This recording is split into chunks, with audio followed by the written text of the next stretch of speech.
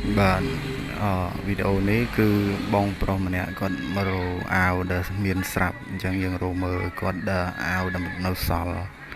ដូចថាភ្ញៀវគាត់ខ្លះអត់មកយកអញ្ចឹងខ្លះគាត់កក់មុំគាត់អត់មកយកអញ្ចឹងគាត់រើឲ្យគាត់នឹងបានខោមួយហើយអាវធំនេះមួយឲ្យគាត់លោហើយក៏ត្រូវនិយាយទៅលំមុំមកដល់ដូចរបៀបរោអស់ផ្ទះឈើងាប់អញ្ចឹងណាមកត្រូវល្មមខោក៏ត្រូវអាវក៏ត្រូវអញ្ចឹងក៏សរុបទាំងពីរហ្នឹងយើងបញ្ចុះតម្លៃឲ្យគាត់$5000បានហើយមួយឈុតហ្នឹងអញ្ចឹងហើយក៏សម្រេចថាយកទៅហើយក៏គាត់រាប់លុយឲ្យ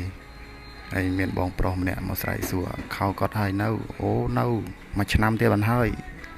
អញ្ចឹងក៏រាប់លុយឲ្យមើលបាន10000 1 2 3 4 5